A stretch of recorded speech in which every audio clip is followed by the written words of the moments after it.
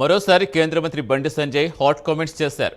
మోదీ బియ్యం వద్దని లేఖ రాసే దమ్ము రేవంత్ కుందని ప్రశ్నించారు. ఇన్నాళ్ళు మంచి బియ్యం ఇవ్వకుండా ప్రజలు మోసం చేసింది కాంగ్రెస్ కాదా అని మండిపడ్డారు.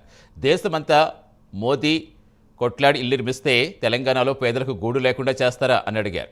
గ్రామాల్లో జరుగుతున్న అభివృద్ధి పైసలని కేంద్రానివే అని కేంద్ర మంత్రి స్పష్టం చేశారు. మోదీ పాలన మరవద్దు, బీజేపీని విడవద్దు అని కార్యకర్తలకు పిలుపునిచ్చారు.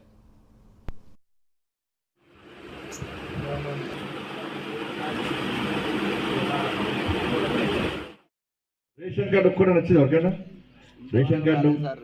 రేషన్ కార్డు 10 సంవత్సరాలు కేసీఆర్ ఇవ్వాలి. ఈయన రేవంత్ ఎవరు గెలిచిన సంవత్సరం రేషన్ కార్డు ఇస్తాడు. అంటే పోయింది రేషన్ కార్డు, అంటే పోయింది. మీకు అప్పుడు free gas connection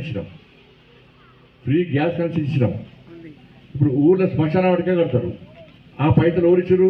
Narendra Modi గారు.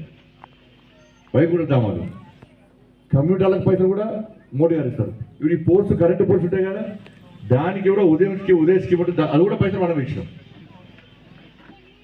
14th ఫైనాన్స్, 15th ఫైనాన్స్ పైసలు వస్తాయి. 14వ 15వ ఆర్థిక సంఘ నిధులు, ప్రతి సంవత్సరం ఆర్థిక సంఘ నిధులు వస్తూ ఉంటాయి.